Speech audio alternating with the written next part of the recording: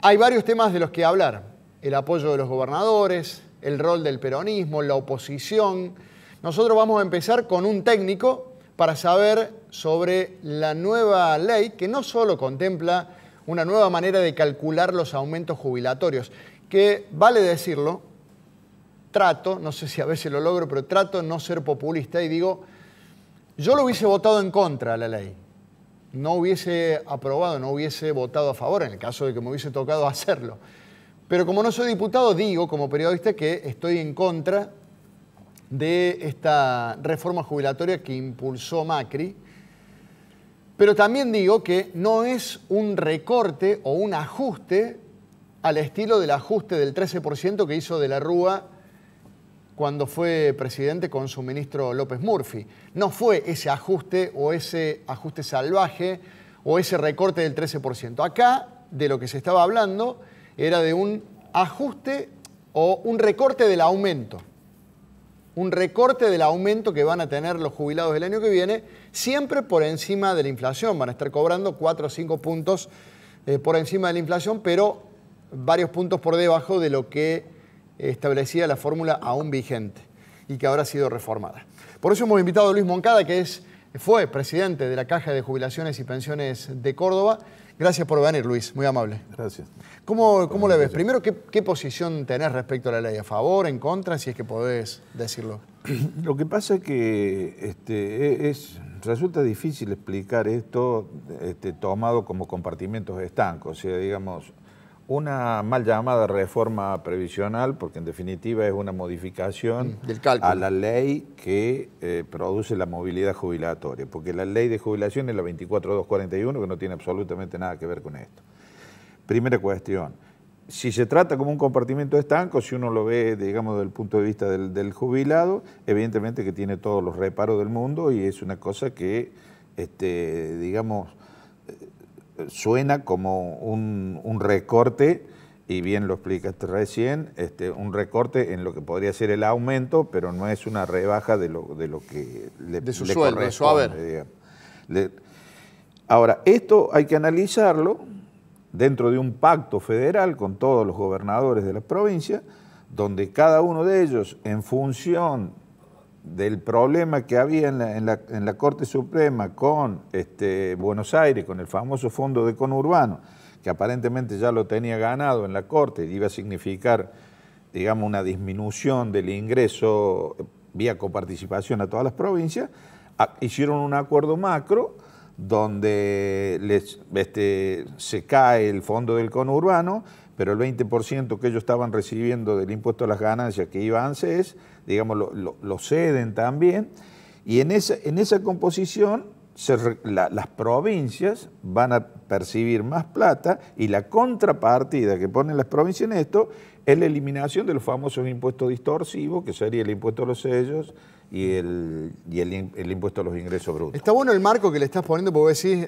todo esto está en un complejo entramado que significa darle la plata que quiere Vidal, no quitarle a los gobernadores, y bueno, ¿de dónde sacamos? Y sacamos de acá, del ANSES.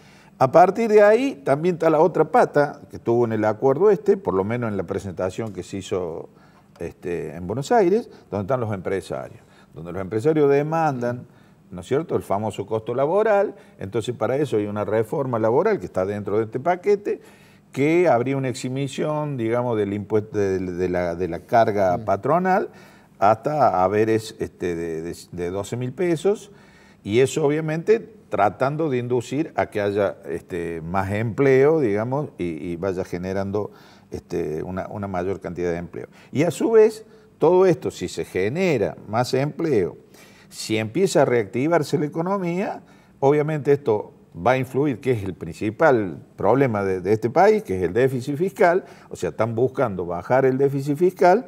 Si baja el déficit fiscal, baja la inflación, si hay crecimiento, va a tener impacto después en el sistema previsional, porque el sistema previsional es un subsistema del sistema económico. Es decir, en definitiva, si esto a fin de año, como está previsto, es un plan, se generara el crecimiento económico, bajara la inflación y bajáramos un poco el déficit, ahí vendría la posibilidad, digamos, que un jubilado a fin de año podría quizás ganar menos nominalmente, pero a lo mejor en términos de poder adquisitivo estaría mucho mejor.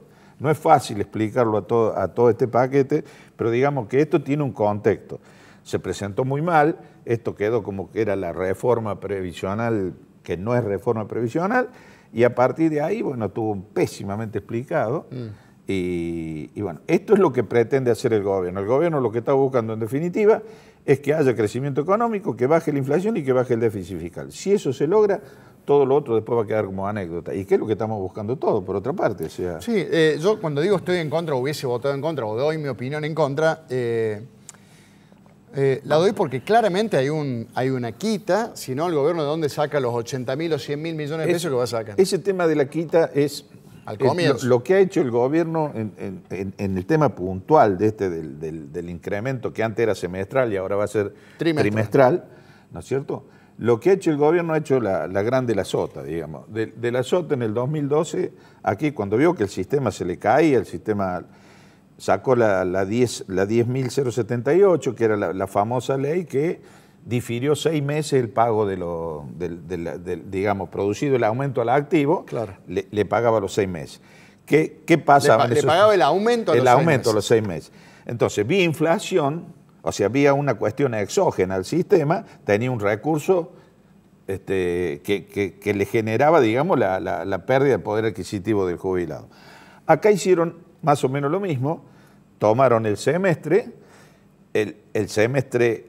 El primer trimestre va el 5, al sacarle digamos, al demorarle ese otro 6, cuando viene el otro, en mes de julio que venga el otro semestre, recién ahí van a empezar a tener el impacto, pero han ganado con la inflación, no es lo mismo que si se hubiese aplicado el 12 con la vieja, digamos, sino dividido en 2. Claramente, entonces, una postergación. Es una postergación. Esa postergación, si se dan todas las otras condiciones que recién lo planteaba, puede que están hablando 2018, 2019, es decir, acá el problema es que la economía no crece. Si la economía no crece, no hay sistema previsional que valga, no hay actividad económica, no hay absolutamente nada. Este es el objetivo macro que creo que todos lo tenemos que defender. Los empresarios también tienen que poner lo suyo porque aplauden, pero cuando les llevó el dólar a 16 pesos apenas subió Macri, ya habían remarcado todos los precios a esos dólares y la inflación no cesó nunca. Bueno, Luis, para mí también esta es la otra cuestión, por lo cual yo digo, personalmente no estoy de acuerdo, porque acá está clarísimo y está a la vista, hoy en ámbito financiero sale una solicitada de los cerveceros diciendo a nosotros no. Antes fueron los del vino con los gobernadores de Cambiemos, Cornejo de Mendoza a la cabeza diciendo a nosotros no. Tucumán con el azúcar a nosotros no, y por eso van y votan ahora los diputados tucumanos a favor de la reforma. Un poco también la nota de Sebastián Borenstein el domingo en Clarín, con la mía no. A nadie hay que tocarla, a nadie se le puede tocar, salvo a los jubilados. Claro. Por eso digo que si acá no resignamos algo en función de un objetivo nacional, en función de un reordenamiento de esta economía y que realmente empiece a producir, evidentemente no hay... Cuando el gobierno, te pregunto también otra cuestión técnica, al margen de que deslizaste recién, hiciste una comparación con lo que hizo de la Sota acá, que pateó 6 meses el aumento de los activos a los jubilados, eso que Adriana Nazaria llama creatividad, ¿no? Lo llamó así creatividad, diciendo, bueno, en este caso voy a votar en contra porque le falta creatividad a Macri, creatividad la tuvo de la Sota. Al margen de esta observación política que hiciste, vuelvo a la cuestión técnica. La reparación histórica, a vos como experto en materia de jubilaciones, ¿te pareció que sirvió, ayudó, fue realmente una reparación de parte del gobierno de Macri a los jubilados? Bueno, por eso digo, las cosas a veces, los objetivos que se tienen son buenos. Después cómo se implementan en la práctica es lo difícil. La reparación histórica, hay un problema de toda la cuestión de los juicios acá, que está el caso Badaro, que es el insignia, donde la actualización de los haberes a través de esta resolución, de esta sentencia de la Corte, da sumas siderales. Entonces, el gobierno trató, con esta cuestión de reparación histórica, actualizarle a todos los jubilados que estaban dentro de, si bien, digamos, los que estaban en juicio o los que nunca habían hecho juicio, le actualizó vía un índice que se llama el RIT, que es la remuneración imponible, digamos... De los trabajadores estables. De los trabajadores estables, exactamente. O sea, de todos los trabajadores, una palabra. Bueno, entonces con eso, obviamente, empezó a limpiar el camino de las demandas judiciales, porque es la otra rémora que tiene este sistema, porque los sistemas son a largo plazo, pero acá si cada 3 días vamos a estar modificando los sistemas, vamos cambiando las condiciones y genera toda la avalancha de juicio. Esto es una cuestión que también la tenemos que ver. Entonces, lo que hizo fundamentalmente fue tratar de limpiar todo eso. Y el gobierno esto no lo ha explicado, porque hay 1.300.000 personas que estaban en la mínima y de pleno derecho el gobierno les ha modificado el haber y algunos se han ido, supongamos de 10.000, de 7.000, se han ido a 10.000, a 8.000, a 9.000. Todos esos ya están subidos de la mínima, digamos, han dejado el estatus de abajo y han subido un poco. Y van cumpliendo con algunas sentencias, no al ritmo que se deseaba, pero digamos, o sea, más o menos. Vos lo que me estás diciendo es que lo hizo bien, pero se explicó mal. Se explicó mal. Y aparte hay una cuestión que sí, yo creo que ahí está el meollo de la cuestión y que el gobierno eso no lo ha hecho. Hay un artículo en la Ley de Reparación Histórica donde dice que se tiene que formar un Consejo de Sustentabilidad Previsional donde van a intervenir técnicos y todos los entendidos en la materia y tendrían hasta el año 2019 para hacer un replanteo definitivo, digamos, de lo que significa un sistema previsional y no el parche en el marco de la ley ómnibus esta, ¿no es cierto? Entonces, eso hasta ahora, que se sepa, no se ha, no se ha formado, no han llamado absolutamente a nadie, y eso me parece que sería lo ideal para entrar a buscar coincidencias entre todos los sectores, inclusive los políticos, para de una vez por todas empezar a pensar un sistema a largo plazo, no estos sistemas de corto plazo. Me parece que eso es fundamental. La suba de la edad jubilatoria, aunque no sea de manera obligatoria, un poco que te están empujando, diciéndote, bueno, mira, si vos seguís trabajando vas a cobrar mucho más y además tenés la opción de hacerlo, o sea, de jubilarte más adelante. Me parece que la mayoría va a optar por seguir trabajando en la Argentina. Con los sueldos de miseria de los jubilados no hay mucha opción. Por un lado eso, el gobierno de la provincia de Buenos Aires, que a los empleados del banco, me parece que con toda razón le dice, muchachos, no se pueden jubilar más a los 57 años, hay que jubilarse a los 65, les pone un cronograma. El caso de la provincia de Santa Cruz, de Tierra del Fuego, donde históricamente los empleados públicos se jubilan a los 47 años, también van por la elevación de la edad.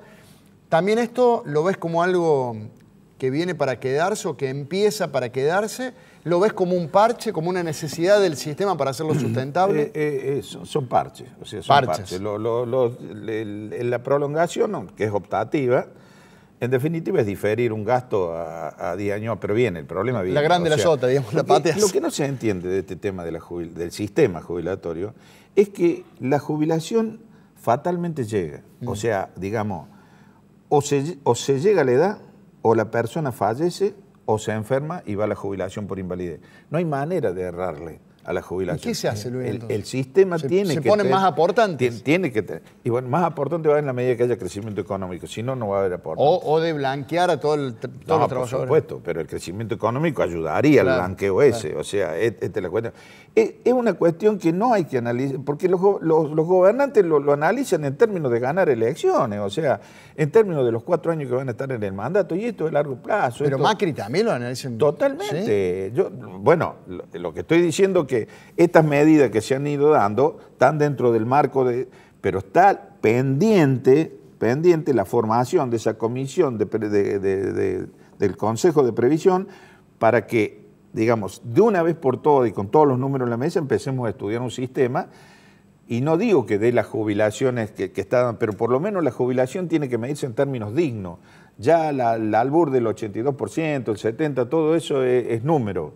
Hay que ver a dónde llega la dignidad de una persona en términos de ingreso y a partir de ahí empezar a generar las condiciones para que funcione. Si no. La pregunta, las jubilaciones anticipadas en Córdoba, caso de la Sota, sí, o las jubilaciones de ama de casa inventadas, que en realidad son un subsidio, caso sí, Cristina. Todo eso también contribuyó a que tengamos hoy... Todo eso lo estamos pagando en el déficit. Esta bombita, ¿no? Todo eso lo estamos pagando en el déficit. Por ejemplo, ¿Qué significa una jubilación anticipada? Yo quisiera que alguien me explique qué es jubilarse anticipadamente. O sea, no lo entiendo. Es decir, la jubilación, ¿qué es? Tener una determinada edad, tener una determinada cantidad de años de servicio, que son los que marcan la ley, y a partir de ahí, digamos, el haber jubilatorio. Pero acá, desde el 2003 hasta el 2006, bajaron en promedio algunas 10 años. Acá hubo docentes que se jubilaron a los 45 años. ¿Acá dónde? ¿En Córdoba? En Córdoba. 30.000 jubilaciones entraron con este sistema. Y todo eso, hoy en día, esa es otra de las cuestiones que tiene el sistema de Córdoba, que dicen la culpa la tiene la nación porque no nos manda la plata y toda esta serie de cuestiones. Pero bueno, le devolvieron, o están en vía de devolución del 15%. Han ido, porque es otra de las cuestiones, han firmado el convenio de armonización y cada día armonizan más con la nación, digamos, todo lo que son las condiciones y toda esa serie de cosas. Y sin embargo, todos los años tienen que ir a tocar timbre a Buenos Aires para que le manden la plata para cubrir el déficit del sistema. Ahora están hablando de un déficit de 7.000 pesos, de 7.000 millones, perdón, en términos anuales, ¿no? Entonces, ¿para qué sirvieron todas las medidas que han tomado desde el 1999 hasta ahora si el 82% acá no se paga más? Entonces, acá también hay que meter mano en el sistema. Si no, se va a hacer insostenible porque eso es una carga que va al presupuesto público.